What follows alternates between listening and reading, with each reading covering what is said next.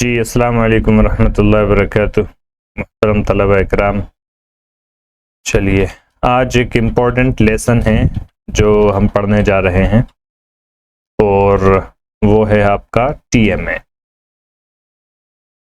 जो आप एडमिशन लेते हैं इंग्लिश में NIOS में, जो सब्जेक्ट जो भी आप सिलेक्ट करते हैं उसका एक तो साल में पेपर होता है जिसके लिए आप वहाँ पर जाते हैं। कहाँ पर? पब्लिक एग्जामिनेशन के लिए जब हॉल में जाते हैं एग्ज़ाम देते हैं, एक तो वो एग्ज़ाम होता है, ठीक है, वो बड़ा एग्ज़ाम होता है। और एक छोटा एग्ज़ाम ये भी होता है जो आज हम आपको कराने जा रहे हैं, ये असाइनमेंट टाइप का होता है, ठीक है जी। तो आपका वो जो सालाना इम्तिहान होता है वो एक अलग इम्तिहान है, ये आपका एक असेसमेंट है या असाइनमेंट है। यहाँ पर लिखा हुआ असाइनमेंट। असाइनमेंट बोलते हैं किसी मुफव्वज़ा काम को, कोई ऐसा काम जो आपके सुपुर्द किया गया हो। तो चूंकि ये आपको सुपुर्द किया गया है, इसको क्या बोलते हैं? Assignment. Tutor mark assignment, TMA। Short में इसको TMA करके बोला जाता है। आप लोग क्या कहते हैं, इंटरनेट वगैरह पर या उसकी वेबसाइट पर उसकी TMA करके देखेंगे।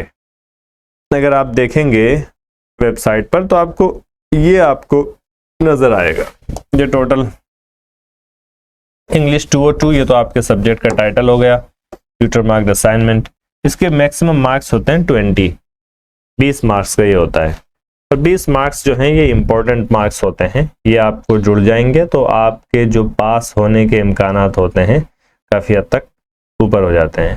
और ये एक अच्छा मौका होता है कि स्टूडेंट्स जो हैं इसके अंदर, तलबा जो हैं इसके अंदर अच्छे से अच्छे नंबरात बहुत कम मेहनत के साथ अचीव कर लें, ठीक है।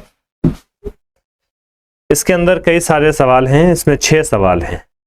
हर सवाल का नंबर जो है यहाँ पर दिया हुआ है। कहाँ पर? जैसे मिसाल के तौर पर ये सवाल नंबर 1 है। सवाल नंबर 1 कितने नंबरात का है वो यहाँ पर लिखा हुआ है। इसी तरीके से अब सवाल नंबर 1 में 2 ऑप्शन है, एक तो A है और एक B है। इन दोनों में से कोई एक करना है। यहाँ पर लिखा हुआ one of the following questions. ये सवाल नंबर 2 है और सवाल नंबर 2 भी कितने नंबर का है? 2 नंबर का है।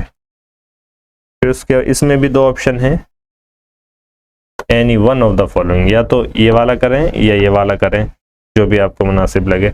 ऐसे हम आपको करके बता देंगे। सवाल नंबर 3 ये है, ये भी 2 नंबर का है। तो 3 सवाल 2-2 नंबर के हो गए। 2 एकम 2, 2 दूनी 4, 2 तिये 6 नंबर हो गए यहाँ तक। फिर उसके बाद सवाल नंबर 4 जो है ये 4 नंबर का है, ठीक है। तो 6 और 4 10 नंबर हो गए यहाँ तक। सवाल नंबर 5 ये आपका 4 नंबर का है, तो 10 और 4 14 नंबर हो गए। फिर सवाल नंबर 6 और आखिरी सवाल ये आपका 6 नंबर का है, ठीक है। इसमें आपको एक प्रोजेक्ट बनाना है, तो ये 6 नंबर का है। इसको मिलाकर आपके हो गए कितने? 20 नंबर, ठीक है। तो इस पैटर्न पर ये तमाम सवालात बनाए गए हैं और जो 2-2 नंबर के हैं उसके अंदर कम लिखना है, एक आध सेंटेंस में बात पूरी हो जाएगी। जैसे जैसे ज़्यादा लिखना पड़ेगा आपको सवाल में, वैसे वैसे आपको क्या कहते हैं, उसके नंबरात जो है वो ज़्यादा हो जाएंगे, ठीक है हज़रात। तो बुनियादी ढांचा आपने इसका ये समझ लिया। अब एक एक सवाल जो हम करेंगे उसको हम यहाँ पर पढ़ेंगे और फिर उसका जवाब भी हम देखेंगे कि क्या लिख सकते हैं आप। इसको सॉल्व कराने के साथ साथ हमारी कोशिश ये है कि आप उसके ज़रिए से रीडिंग भी जो आपकी हम कराते हैं इस क्लास में वो भी आपकी कंटिन्यू रहे, ठीक है। अच्छा जी, इसको लिखेंगे कैसे? जब आप इसको लिखेंगे तो लिखने में चंद बातों का ख्याल रखें। नंबर 1, आप इसको नीले पेन से लिखें या काले पेन से लिखें, लाल या हरे पेन से ना लिखें। लाइन छोड़ के लिखना या लाइन छोड़े बगैर लिखना ये आपकी मर्जी है। जैसी आपकी हैंड राइटिंग अच्छी बनती है, जैसी आपकी हैंड राइटिंग अच्छी बनती है, चाहे वो आपका लाइन छोड़कर बने या बगैर लाइन छोड़े, वो आपकी मर्जी है। पेपर आते हैं, इसकी शीट्स आती हैं, वो आप ले लीजिएगा और उन शीट्स में ये लिखे जाएंगे। उम्मीद है कि अब तक शायद आपको ये मसला समझ में आ गया होगा कि वैसे किस तरीके से लिखे जाते हैं। फिर उसके बाद आप उस पर उसका एक फ्रंट पेज बनाएंगे, एक टाइटल पेज बनाएंगे, ठीक है। जो भी आप आंसर लिखने जा रहे हैं उसका एक टाइटल पेज बनाएंगे। उस टाइटल पेज पे आप क्या क्या चीज़ें लिखेंगे? उस टाइटल पेज पे आप अपना नाम, ये कुछ डिटेल्स जो हैं आप लिखेंगे। क्या क्या? आप अपना नाम लिखेंगे, इनरोलमेंट नंबर लिखेंगे, AI नेम लिखेंगे और सब्जेक्ट लिखेंगे। जो जो भी डिटेल आपसे मांगी गई है वो आप वहां पर लिखेंगे, ठीक है जी। ये टाइटल पेज पे लिखेंगे। फिर जब टाइटल पेज को आप खोलेंगे, टाइटल पेज का मतलब सरे वरक, जैसे किताब का जो ऊपर का सफा होता है, उसके अंदर बस मोटा मोटा खूबसूरत सा आप बना के ये लिख देंगे बस। फिर उसके बाद आप अगले पेज से क्वेश्चन लिखेंगे और आंसर लिखेंगे, ठीक है।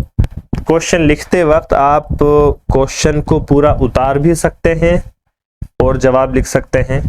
अभी चूंकि आप खाली हैं तो आप ये काम कर सकते हैं, तो पूरा क्वेश्चन उतारें और फिर उसके बाद आप आंसर लिखना शुरू करें। और अगर क्वेश्चन नहीं उतारना चाहते हैं तो सिर्फ क्वेश्चन नंबर और क्वेश्चन का कौन सा ऑप्शन है, A या B, वो इंडिकेट कर दें वहां पर, वो आप वहां पे वाजे कर दें और उसके बाद आप जवाब लिख दें। ऐसे भी कर सकते हैं। अगर आप क्वेश्चन उतारना नहीं चाहते हैं तो आपका नंबर भी नहीं कटेगा उससे और आपका क्या कहते हैं जवाब भी सही रहेगा, ठीक है।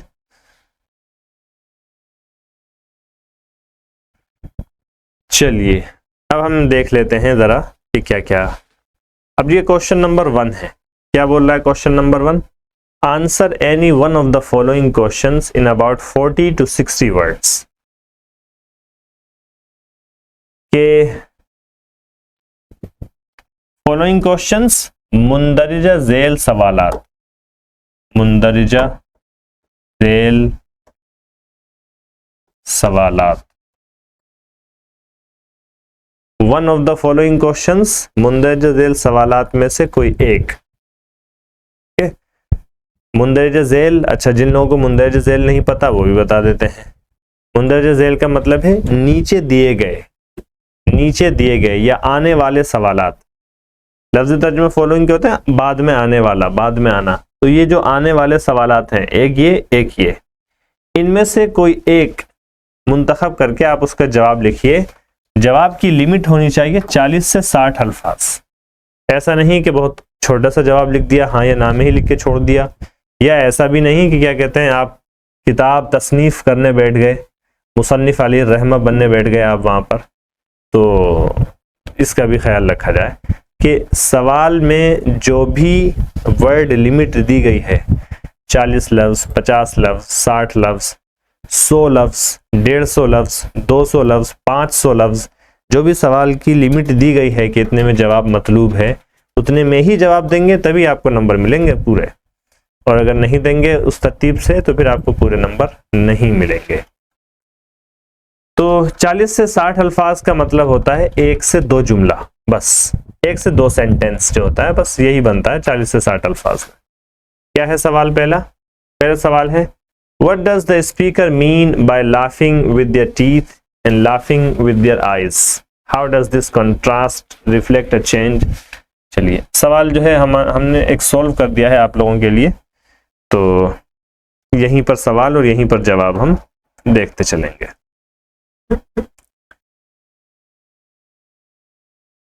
What does the speaker mean by laughing with their teeth?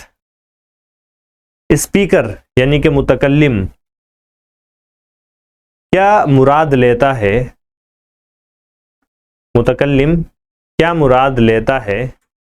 To mean के माना होना, मुराद लेना। स्पीकर क्या मुराद लेता है? By laughing with their teeth, अपने दांतों से हंसने।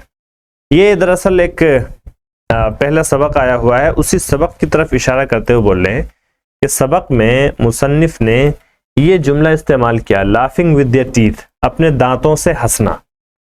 तो ये जो अपने दांतों से हंसना ये ताबीर इस्तेमाल की है वहां पर मुसन्निफ ने, इसका क्या मतलब है, क्या क्या मुराद लेना चाहता है मुतकल्लिम? And laughing with their eyes, और अपनी आंखों से हंसना। How does this contrast reflect a change in societies emotional expression over time? How does this contrast, contrast बोलते हैं ये तजाद, फर्क, जिद, एक दूसरे का उलट होना, ठीक है। ये कंट्रास्ट, ये तजाद किस तरीके से अक्कासी करता है? रिफ्लेक्ट, अक्कासी करना, अ चेंज, एक तब्दीली की, इन सोसाइटीज इमोशनल एक्सप्रेशन, समाज के इमोशनल एक्सप्रेशन में। एक्सप्रेशन का मतलब ताबीर, बयान करना, किसी चीज को किसी चीज का इजहार करना, एक्सप्रेशन बोलते हैं उसको। समाज के इमोशन के इजहार में वक्त के साथ साथ या वक्त के साथ साथ क्या तब्दीली हुई है, उसकी क्या अक्कासी करता है? How does this contrast reflect a change in societies emotional expression over time? Laughing with their teeth, यानी अपने दांतों से हंसना, दांत दिखाकर ही ऐसे दांत दिखाकर हंसना, और अपनी आंखों से हंसना, ये दो ताबीर इस्तेमाल की गई है। इन दोनों ताबीर में किस बात को कंपेयर किया गया है, इस बात का मुवाजना किया गया है, एक दूसरे से इसका तजाद और इसको एक दूसरे के बरअक्स क्यों इस्तेमाल किया गया है सबक के अंदर? उसका जवाब यहां से, इसका जवाब है answering, laughing with their teeth means fake and shallow laughter without real feelings. अपने दांतों से हंसना, इसका मतलब है झूठी और खाली हंसी, ठीक है। It means fake and shallow laughter, fake झूठी, शैलो खाली, इसका मतलब है झूठी और खाली हंसी, विदाउट रियल फीलिंग्स, बगैर हकीकी एहसासात के, हकीकी एहसासात के बगैर सिर्फ और सिर्फ झूठी और खाली हंसी हंसना, ये मुराद लिया है मुतकल्लिम ने या मुसन्निफ ने दांत से हंसने के लिए। लाफिंग विद देयर आईज, और आंख से हंसना, shows true happiness and warmth, ये ताबीर जो है जाहिर करती है हकीकी खुशी को और गर्मजोशी को, ठीक है। ये जो ताबीर इस्तेमाल की गई है, इससे हकीकी खुशी, रियल हैप्पीनेस, और वार्मथ यानी जो इंसान के अंदर की गर्मजोशी है उसका इजहार होता है। दिस कंट्रास्ट शोज, ये अक्स, ये तजाद जाहिर करता है हाउ सोसाइटी हैज चेंज्ड, कि समाज किस तरीके से बदल गया है, फ्रॉम शोइंग रियल इमोशंस, हकीकी इमोशंस जाहिर करने से, to acting in a distant and artificial way, एक दूर के और एक मसनूई तरीके पर। यानी समाज जो है वो तब्दील ये हो गया है कि पहले जहां हकीकी हंसी हंसा करते थे लोग और दिल से हंसा करते थे, अब अगर कोई बात वाकई उनको खुश कर रही होती थी तब हंसा करते थे, और अब वो चेंज होकर सिर्फ ज़ाहिरी और बनावटी हंसी, आर्टिफिशियल हंसी जो है वो रह गई है। Relationships have lost their depth, ताल्लुकात ने अपनी गहराई खो दी है। And the speaker Mrs the old genuine connections, और मुतकल्लिम याद कर रहा है उस पुराने और हकीकी रब्त को।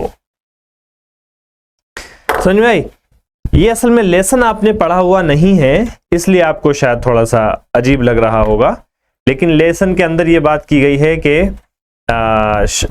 जो स्पीकर है वो, उसको याद आ रही है कि लोग बाग जो है, वो ये कहना चाह रहा है कि लोग बाग जो है अब, या समाज जो है अब जाहिरी हंसी हंसते हैं, उनके हंसी के अंदर कोई माना नहीं होते, ठीक है। पहले के लोग हकीकी हंसी हंसा करते थे, अगर वाकई खुश होते थे तो हंसा करते थे, वरना नहीं हंसा करते थे, धोखा नहीं दिया करते थे। आजकल जो है मसनूई और धोखे वाली हंसी है, ये कहना चाह रहे हैं। ये आपका जवाब हो गया। आपको इसी तरीके से उसमें लिख देना है। हमने थोड़ा सा इसको समझा भी दिया है कि इसके क्या मफहूम हो गया, क्या माना बन गए, लेकिन आपको बस ये लिख देना है, ये उतार देना है, बस आपका काम हो गया। Question number 2। अच्छा, इसमें क्वेश्चन नंबर 1 में 2 ऑप्शन थे, एक तो ए था और एक बी था, अगर आपको याद हो। देखिए, एक तो ये है ए और एक ये है बी। या तो आप ये करना है या आपको ये करना है। चूंकि आपने ये वाला कर लिया, अब आपको इसको करने की जरूरत नहीं है। इसी तरीके से क्वेश्चन नंबर 2 में या तो ये करना है या ये करना है। हम इसको करेंगे तो इसको करने की जरूरत नहीं है, तो कोई भी 2 में से एक करना है। हमने ए किया है तो इसका जवाब ये हो गया। अब हम क्वेश्चन नंबर 2 पर चलते हैं सीधा। बी ऑप्शन को हम नहीं छेड़ रहे। Answer any one of the following questions in about 40 to 60 words. वही है, ये भी 40 से 60 लफ्जों में देना है। 2 नंबर का है ये भी। जो भी 40 से 60 अल्फाज वाले हैं वो 2-2 नंबर के सवाल हैं। अच्छा जी, question, how does the author illustrate the detrimental effects of noise on human health, especially in terms of potential damage to the ears and its correlation with stress related issues। Author मुसन्निफ को बोलते हैं। Illustrate वजाहत करना, किसी चीज को समझाने के लिए मिसाल देना, वजाहत करना, और किसी बात को तस्वीर के जरिए से समझाना, इलस्ट्रेट होते हैं उसके माना। How does the author illustrate, यहां पर माना सिर्फ वजाहत करना। मुसन्निफ किस तरीके से वजाहत करते हैं the detrimental effects of noise. Noise बोलते हैं शोर को, शोर के मुहलिक असरात,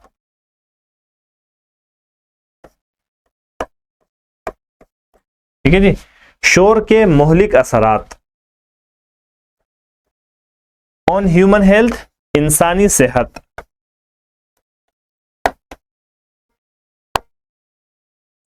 specially in terms of potential damage to the ears, खास तौर पर पोटेंशियल मुमकिना, डैमेज नुकसान, ईयर्स कान, कोरिलेशन आपसी ताल्लुक, स्ट्रेस रिलेटेड इश्यूज। स्ट्रेस बोलते हैं दबाव को, दबाव जो टेंशन होती है इंसान को, जहनी दबाव या जहनी टेंशन, जहनी तनाव, उसको बोलते हैं क्या, स्ट्रेस। ठीक है, स्ट्रेस रिलेटेड इश्यूज। अब देखिए क्या मफहूम हुआ इसका। मुसन्निफ किस तरीके से वजाहत करते हैं शोर के इंसानी सेहत पर होने वाले मुहलिक असरात को, खास तौर पर कान को होने वाले मुमकिन नुकसान के ताल्लुक से, और इनके आपस में स्ट्रेस से मुताल्लिक पैदा होने वाले मसाइल के बारे में। ठीक है जी, यानी शोर की वजह से क्या क्या मुहलिक असरात इंसान की सेहत पर होते हैं। खास तौर पर शोर शराबा, अगर इंसान किसी शोर शराबे वाले माहौल में रहे तो उस शोर शराबे की वजह से इंसान के कानों को क्या नुकसान होता है, और इंसान जहनी तौर पर कैसे चिड़चिड़ा हो जाता है। ठीक है, वो स्ट्रेस और टेंशन का मरीज हो जाता है शोर में रहने की वजह से। इस बात के बारे में शोर के क्या क्या मुहलिक असरात इंसान की सेहत पर हो सकते हैं, इसके बारे में मुसन्निफ ने क्या वजाहत की है, ये सवाल है। इसका जवाब जो है नीचे दिया गया है। ठीक है जी, तो चलिएगा आगे। द ऑथर एक्सप्लेन्स, मुसन्निफ वजाहत करते हैं दैट के लाउड नॉइज, जोर की आवाज या जोर का शोर शराबा, बुलंद आवाज या शोर शराबा, कैन डैमेज, वो नुकसान पहुंचा सकता है, हियरिंग, समात को, सुनने की सलाहियत को, कॉजिंग प्रॉब्लम्स, और वो परेशानी की सबब बन सकता। परेशानी, कॉज का मतलब होता है सबब बनना, सबब बनना, वजह बनना, जो कि वजह बन सकती है इस तरह की परेशानियों की। किस तरीके की, लाइक हियरिंग लॉस, समात का नुकसान, यानी जो इंसान की सुनने की सलाहियत होती है, समात, उसका नुकसान, और रिंगिंग इन द ईयर्स, या कान में घंटी बजने की आवाज, जब इंसान का कान खराब होने लगता है या बहुत ज्यादा शोर शराबे की वजह से कान के अंदर सीटी सी या घंटी सी बजती रहती है, ठीक है। इट ऑल्सो इंक्रीजेज स्ट्रेस, ये शोर शराबा स्ट्रेस को भी बढ़ाता है। स्ट्रेस यानी ज़हनी तनाव, ज़हनी बेचैनी, ज़हनी खलजान, ज़हनी परेशानी को बढ़ाता है।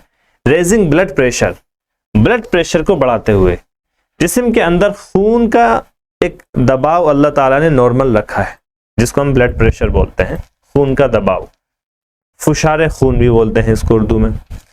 तो ये जो ब्लड प्रेशर है या खून का दबाव है जिस्म के अंदर, ये कम भी हो जाता है, ज्यादा भी हो जाता है, ठीक है। ना तो इसका कम होना ठीक है इंसान की सेहत के लिए, अगर ज्यादा कम हो जाए तो इंसान को ज्यादा गुनूदगी आए, नींद आए, हाथ कमजोरी आ जाए, जिस्म में कुछ करने का दिल नहीं करे, बस सोने का दिल करे। और अगर ब्लड प्रेशर ज्यादा हो जाए तो दिल की धड़कन तेज हो जाए, इंसान सो ना पाए और इंसान जो है बेचैन हो जाए। तो ना तो कम होना खून के दबाव का ठीक है, ना ही खून के दबाव का ज्यादा होना ठीक है।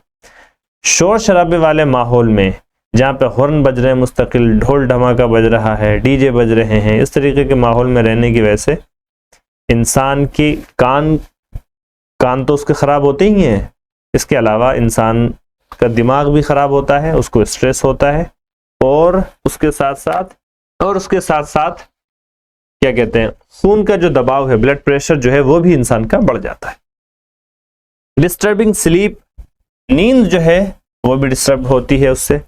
एंड लीडिंग टू टायर्डनेस, और थकान, जिस्मानी थकान की तरफ भी इंसान को वो लेकर जाता है। नॉइज इज हार्मफुल, शोर जो है ये नुकसानदेह है। नॉट जस्ट फॉर ईयर्स, सिर्फ कान के लिए ही नहीं, but also for overall health, बल्कि मजमूई सेहत के लिए भी।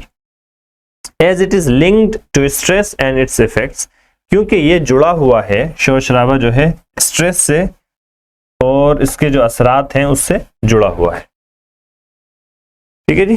द ऑथर एक्सप्लेन्स, मुसन्निफ वजाहत करते हैं, that loud noise can damage hearing, के जोर की आवाज या शोर शराबा हियरिंग यानी कान की जो सुनने की सलाहियत है उसको नुकसान पहुंचा सकता है।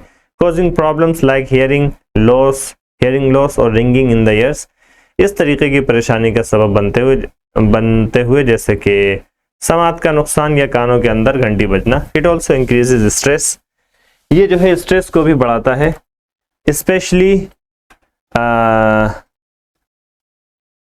अच्छा जी, रेजिंग ब्लड प्रेशर को बढ़ाते हुए, डिस्टर्बिंग स्लीप, नींद को डिस्टर्ब करते हुए, एंड लीडिंग टू टायर्डनेस, और थकान की तरफ ले जाते हुए या थकान का सबब बनते हुए। लीड का मतलब होता है किसी की तरफ रास्ता दिखाना या सबब बनना। नॉइज इज हार्मफुल, शोर शराबा जो है नुकसानदेह होता है। नॉट जस्ट फॉर ईयर्स, सिर्फ कानों के लिए ही नहीं, but also for overall health, बल्कि मजमूई सेहत के लिए भी। As it is linked to stress and its effects, क्योंकि इसका ताल्लुक स्ट्रेस और उसके असरात से होता है, ठीक है जी। तो शोर शराबे वाले माहौल से बचना चाहिए। बहुत ज्यादा क्या कहते हैं, ईयरफोन लगा के बहुत ज्यादा तेज आवाज में भी आपको कोई चीज नहीं सुननी चाहिए, उससे आपके कान के ड्रम जो होते हैं, ईयर ड्रम्स, वो फटने के, बारीक सी झिल्ली होती है कान के अंदर, उसके फटने के, उसके अंदर जो है सुराख होने के, इस तरीके के भी क्या कहते हैं, ये सब भी हो सकता है, और आपकी जो सुनने की सलाहियत है उसको भी क्या कहते हैं, फर्क पड़ता है उस पर भी। इसका ख्याल रखें, ये आपकी जिंदगी के लिए इंपॉर्टेंट है। चलिए अगला सवाल, ये भी 2 नंबर का तय हो गया। क्वेश्चन अगला है, ये भी ए कर रहे हैं। What role does sensitivity and perception play in the narrator's understanding of Volodya's feelings during their conflicts. ये कहानी है, सबक है, उसका एक हिस्सा है। देखिए क्या मतलब इसका। सेंसिटिविटी बोलते हैं हसासियत को। इंसान किसी चीज के तहत हसास होता ना, मान लीजिए एक इंसान आपके बराबर में बैठा हुआ है, अगर उसको कोई तकलीफ पहुंचे तो उसका एहसास आपको भी होता है, ठीक है। अगर किसी के साथ बुरा हो तो आपको भी लगता है कि हाँ यार बेचारे के साथ बुरा हुआ है। ये जो फीलिंग है, ये जो एहसास है, इसी को सेंसिटिविटी बोलते हैं, ठीक है, हसासियत बोलते हैं। परसेप्शन, परसेप्शन का मतलब होता है नजरिया, किसी चीज को देखने का जाविया या नजरिया, कोई ख्याल, कोई मखसूस ख्याल। Explain the narrator's understanding of Valodia's feelings during their conflicts. Valodia's feeling their conflicts. Conflicts, लड़ाई, तनाज़ा, ठीक है, तनाज़ा। चलिए, तो सवाल यह है कि हसासियत और नजरिए का क्या रोल जो है, हसासियत और परसेप्शन, ये क्या रोल अदा करती है नरेटर, रावी, कहानी को बयान करने वाला, रावी की वालोडिया के अपने झगड़ों के दौरान उसकी समझ के बारे में। यूं ही लिख देना है जिस तरीके से ये आंसर लिखा हुआ है, लेकिन फिर भी आप अल्फाज का तर्जुमा कम से कम समझते चलिए। पूरी कहानी पढ़ना चाहते हैं तो पूरी कहानी भी अवेलेबल है। लेसन नंबर आपके यहाँ पर अगर आप देखेंगे तो हर सवाल के साथ साथ, जैसे क्वेश्चन नंबर 3 है, ये क्वेश्चन नंबर 3 कौन से लेसन से आया है वो भी लिखा रहता है। लेसन नंबर 11 से क्वेश्चन नंबर 3 आया हुआ है। पूरी कहानी पढ़ना चाहते हैं तो वो भी आप पढ़ सकते हैं।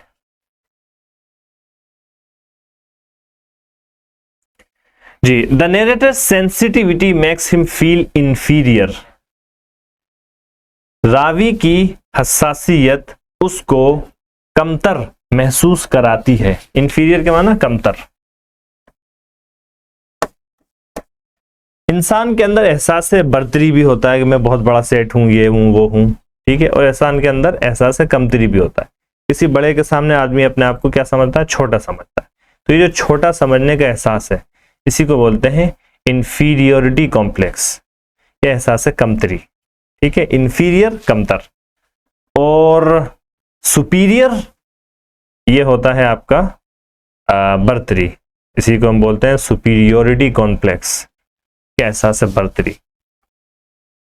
कहानी की हसासियत, वो रावी की हसासियत या रावी की सेंसिटिविटी उनको कमतर महसूस कराती है ड्यूरिंग कॉन्फ्लिक्ट्स विद वालोडिया, वालोडिया से होने वाले कॉन्फ्लिक्ट के दौरान, विच कॉम्प्लिकेट्स देयर रिलेशनशिप, जो कि उनके रिलेशनशिप को, उनके ताल्लुक को मजीद पेचीदा बना देती है।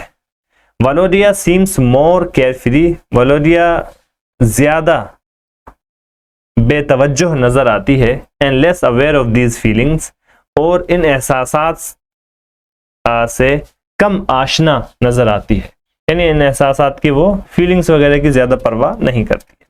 देयर क्वेरल्स, उनके झगड़े, एंड रिकंसिलिएशंस, और उनके क्या कहते हैं, झगड़े का निपटारा यानी सुलह। देयर क्वेरल्स, उनके झगड़े, एंड रिकंसिलिएशंस, और उनकी सुलह, शो, ये जाहिर करती, show the emotional tension between siblings and the narrator's desire to be understood, वो जाहिर करती है भाई बहनों के दरमियान होने वाली इमोशनल टेंशन को, and the narrator's desire to be understood, और रावी की समझे जाने की ख्वाहिश को, ठीक है, ये आपको इसी तरीके से लिख देना है। अल्फाज का तर्जुमा आपने इसमें समझ लिया। क्वेरल के माना झगड़ा, रिकंसिलेशंस के माना सुलह, जैसे आपस में दो भाइयों में झगड़ा हो गया, फिर बाद में सुलह सफाई हो गई, तो उसको बोलते हैं रिकंसिलिएशन। क्वेश्चन नंबर 4, ये भी 2 नंबर का था ऊपर वाला सवाल। ये वाला जो सवाल है ये 4 नंबर का है। Answer any one of the following questions in about 100 to 150 words. 100 से 150 अल्फाज में आप इनमें से किसी एक सवाल का जवाब दीजिए। क्या है सवाल? What was the significance of the 3 white stripes on the squirrel's back in How the Squirrel Got His Stripes? गिलहरी को उसकी 3 पट्टियां किस तरह मिली? गिलहरी की कमर पर, गिलहरी के ऊपर आप देखेंगे 3 पट्टी सी, 3 जो है धारी सी बनी रहती है। तो उसी के ऊपर एक कहानी है, इसमें उसी कहानी के बारे में ये सवाल है कि गिलहरी की कमर पर ये 3 धारियां जो हैं वो किस तरीके से आईं। What was the significance of the 3 white stripes? जो 3 सफेद धारियां हैं गिलहरी की on the squirrel's back, गिलहरी की पुष्ट पर, उसकी क्या अहमियत है? इस वाले सबक में, ये सबक का नाम है how the squirrel got his stripes. उसका जवाब, in the story the 3 white stripes on the squirrel's back were a gift from Lord Rama to show his love and appreciation for the squirrel's efforts। कहानी के अंदर 3 सफेद पट्टियां या 3 सफेद धारियां on the squirrel's back, गिलहरी की पुष्ट पर, were a gift, वो एक तोहफा थी, गिफ्ट थी, from Lord Rama, Lord Rama की तरफ से, to show his love and appreciation for the squirrel's effort. गिलहरी की, स्क्विरल बोलते हैं गिलहरी को, याद रखिएगा, गिलहरी,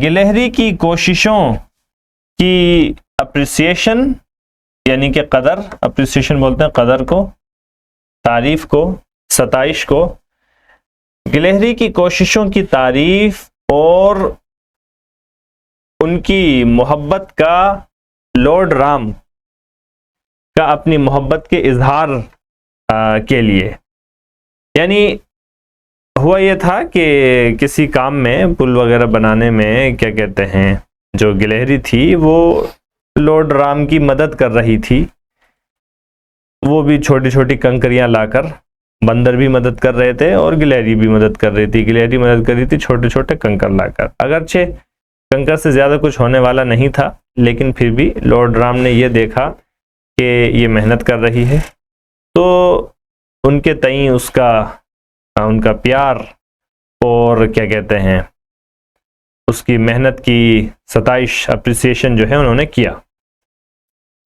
तो फिर उसी मोहब्बत में उन्होंने हाथ फेरा तो 3 धारियां बन गई उनकी क्या कहते हैं, कमर पर, तो उसी की तरफ इशारा है ये।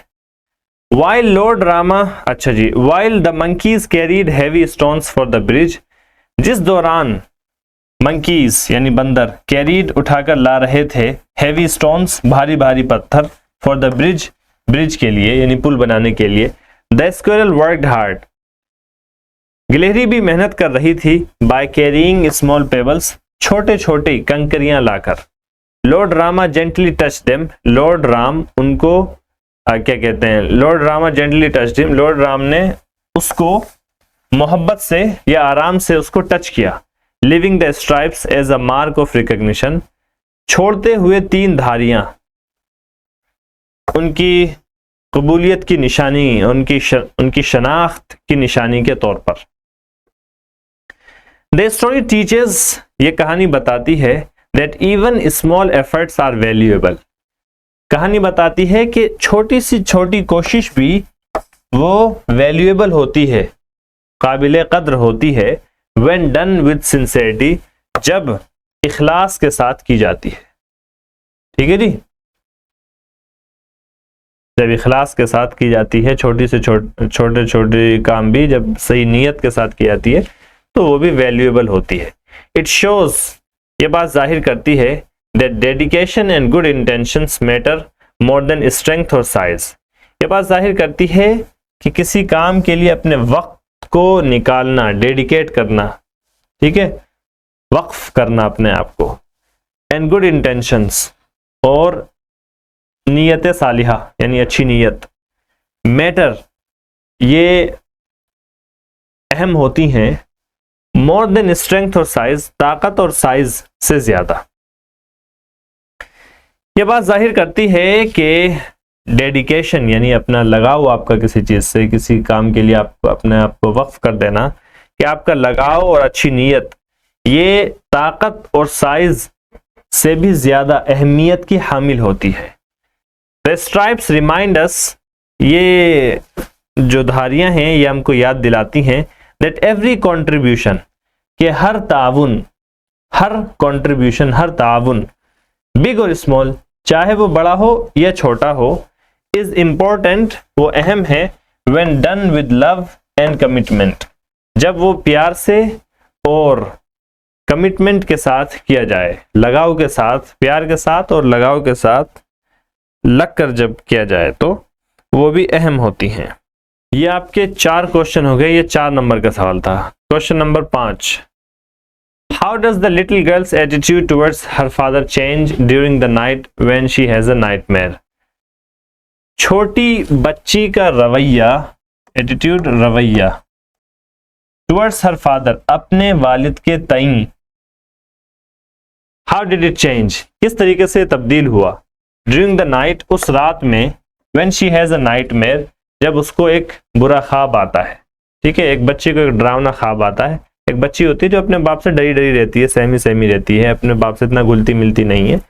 ठीक है, एक दिन होता है कि उसकी माँ नहीं होती और उसके बाप होते हैं, और जब वो सो रही होती है तो उसको कोई डरावना ख्वाब आता है, तो फिर वो भागकर जो है डर जाती है वो, तो उसके वालिद जो है उसको अपने पास सुलाते हैं और क्या कहते हैं, उसको हौसला दिलाते हैं।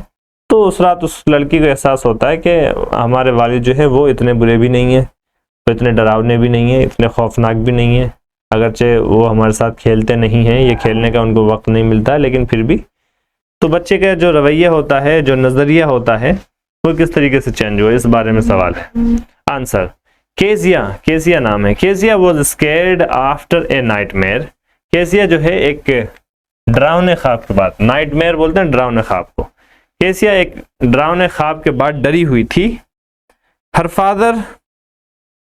Father came with a candle, उसके वालिद मोमबत्ती के साथ आए, यानी रोशनी के साथ मोमबत्ती को लेकर आए। आस्क्ड व्हाट हैपन, उन्होंने पूछा कि क्या हुआ था। एंड कंफर्टेड हर, और उसको दिलासा दिया। ठीक है, he carried her to his bed, वो उसको उठाकर अपने बेड पर ले गए। टक्ड हर इन, और उसको ढांक दिया अच्छे से। एंड ले बिसाइड हर, और उसके बराबर में लेट गए। फीलिंग सेफ, महफूज महसूस करते हुए, Kezia snuggled close to him, Kezia आराम से उनके करीब पहुंच गई। And held his shirt tightly, और उनकी शर्ट को मजबूती से पकड़ लिया। Her father told her to warm her feet against his legs, उसके वालिद ने उसकी टांग को, उसके पाँव को, उसके वालिद ने उसके पाँव को अपनी टांग से लगाकर गर्म करने को कहा। ठीक है, यानी उसके पाँव ठंडे हो रहे थे, तो उसके वालिद ने कहा कि तुम अपने पाँव जो है मेरी टांगों से लगा लो, गर्म हो जाएंगे। शोइंग हिज केयर, अपनी केयर और अपनी एहतियात, अपनी देखभाल का इजहार करते हुए। केजिया रियलाइज्ड, केजिया को एहसास हुआ, her father was not as strict, कि उसके वालिद इतने सख्त नहीं थे, एज शी थॉट, जितना कि वो सोचा करती थी। शी अंडरस्टूड, वो समझ रही थी। ही वर्कड हार्ड, उसको समझ आ गया। He worked hard all day, कि वो पूरे दिन मेहनत किया करते थे। एंड वॉज टायर्ड, और वो थके हुआ करते थे। विच इज वाई, जिस वजह से he didn't play with her, वो उसके साथ नहीं खेल पाते थे। That night she so his love, उस रात उसने उनकी मोहब्बत को और उनकी केयर को, उनकी तवज्जो को, देखभाल को देखा। एंड स्टार्टेड अप्रिशिएटिंग हिम, और उनको सराहना शुरू कर दिया। ठीक है, उसकी कदर करना, उसको सराहना शुरू कर दिया। चलिए जी, ये आपका सवाल हो गया, ये आपका जवाब हो गया। क्वेश्चन नंबर 5 था, ये भी 4 नंबर का होता है। क्वेश्चन नंबर 6, क्वेश्चन नंबर 6 क्या है देखिएगा, इसमें आपको एक प्रोजेक्ट बनाना है।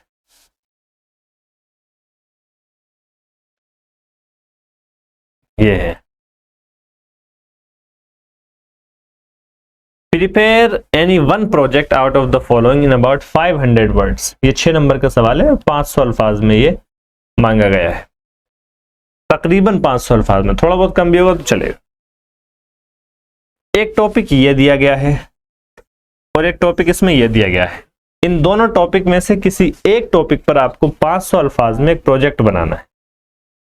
ठीक है जी, तो हमने जो है, जो क्वेश्चन जो बी है, नॉइज के बारे में एक लेसन आया ऊपर, उसी के मुतालिक एक सवाल भी आया शोर के बारे में, तो उसी से मुतालिक हमने बनाया है, ताकि थोड़े से आपको उनसीयत उससे पहले से हो गई है सवाल जवाब की वजह से।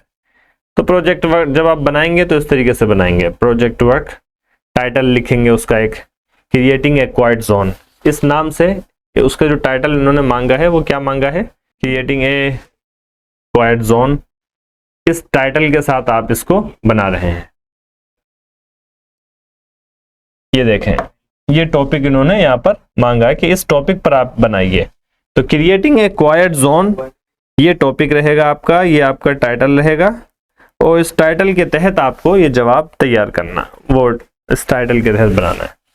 तो देखिएगा आप आगे, ये आपका टाइटल हो गया क्रिएटिंग ए क्वाइट जोन। फिर ऑब्जेक्टिव, ऑब्जेक्टिव का मतलब कि इस प्रोजेक्ट वर्क का क्या मतलब है, क्या मकसद है, ठीक है। फिर यहाँ पर आएगा इंट्रोडक्शन, आपको इसी तरीके से, जिस तरीके से लिखा हुआ है इसी तरीके से आपको लिखना है। टाइटल को आप ये कि बीच में सेंटर में करके लिख सकते हैं, और बाकी चीजें जो है फिर इसी तरीके से सेम लिखी जाएंगी। वक्त चूंकि अब कम बच गया इसलिए मैं पूरे का तर्जमा नहीं करा पाऊंगा, आप इसको बस इसी तरीके से लिख लीजिएगा। ऑब्जेक्टिव मकसद, इंट्रोडक्शन तारुफ, बुनियादी बात जो होती है वो इंट्रोडक्शन होता है। The need for a quiet zone, quite zone यानी एक खामोश जगह और खामोश इलाके को बनाने की क्या जरूरत है, उसके बारे में यहाँ पर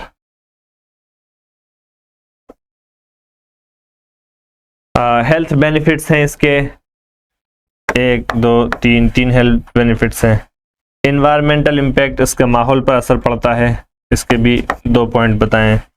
बेटर रिलेशनशिप्स, बेहतर ताल्लुकात कायम करने में इससे मदद मिलती है, इसके भी कुछ पॉइंट्स दिए गए हैं। Steps to create a quiet zone, किस तरीके से क्वाइट जोन को बनाया जा सकता है, उसके बारे में जो है आगाही फैलाई जाए, लोगों में कैंपेनिंग की जाए, लोगों को बताया जाए कि भाई हमें जो है ऐसा माहौल बनाना चाहिए जिसके अंदर हम पुरसुकून रह सकें, शोर शराबा जिसके अंदर ना हो, ठीक है, हॉर्न वॉर्न ना बजाए जिसमें, डीजे वीजे और इस तरीके की बुलंद आवाज और शोर शराबे ना हो, ठीक है। उसके लिए कुछ रूल्स एंड रेगुलेशंस सेट किए जाएं, और करते हैं। मिसाल के तौर पर हुकूमत जो है सेट करती है कि भाई रात को 10 बजे के बाद या 11 बजे के बाद किसी भी इलाके में कोई भी पब्लिक फंक्शन नहीं होगा, कोई भी डीजे या कोई भी जोर की आवाज़ जो है वो नहीं होगी। इसी तरीके से और भी बहुत सारे रूल्स एंड रेगुलेशंस बने हुए हैं, तो वो बनाए जाने की ज़रूरत है ताकि एक क्वाइट जोन बन सके। और फिर इंसान को अपना बिहेवियर भी जो है वो चेंज करने की ज़रूरत है। इंसान को थोड़ा सा कंसिडरेट यानी लोगों की ज़रूरियात को समझने वाला और लोगों की फीलिंग्स को, लोगों की एहसासात को समझने वाला बनना पड़ेगा, कंसिडरेट बनना पड़ेगा। तो और नॉइज़ को फिर कम करने के क्या क्या इक़दामात किए जा सकते हैं वो दिए गए हैं। प्रोमोटिंग क्वाइट टाइम, खामोश वक्त को जो है हमें फ़रोग़ देना चाहिए। बेनिफिट्स ऑफ क्वाइट जोन, क्या फ़ायदे हैं उसके, और आखिर में कंक्लूजन, नतीजा, आखिर में इख्तिताम या ततिम्मा, नतीजा, खात्मा। ऐसा करके ये पूरा आपको लिखना है। आप लिखेंगे इसको और भी चीज़ें इसके अंदर समझ में आएगी। जो मुश्किल चीज़ें आप खुद से भी इसको सॉल्व करने की कोशिश कीजिए और ये आपका टीए में मुकम्मल हो जाएगा। आप इसको खूबसूरती के साथ लिखें, बनाएं एक फ़ाइल के अंदर और इसको अपलोड कराएं। और मैं दुआ गो हूँ, I wish you all the best कि आप सभी हज़रात इसके अंदर 20-20 नंबरात लेकर आएंगे, which is the maximum marks, and that will help you in the long run, that will help you in your final exam as well. तो फिर हम आज का सेशन ख़त्म करते हैं। इंशाअल्लाह मुलाकात होगी आप लोगों से अगले सेशन में। अपना ख्याल रखें, इसको पूरा करें। You people have plenty of time, so do your best and एक बेहतरीन सी ब्यूटीफुली इसको प्रिपेयर करें। Prepare this assignment beautifully and then submit it to your coordinators. ठीक है जनाब, अस्सलाम वालेकुम रहमतुल्लाहि व बरकातुहू।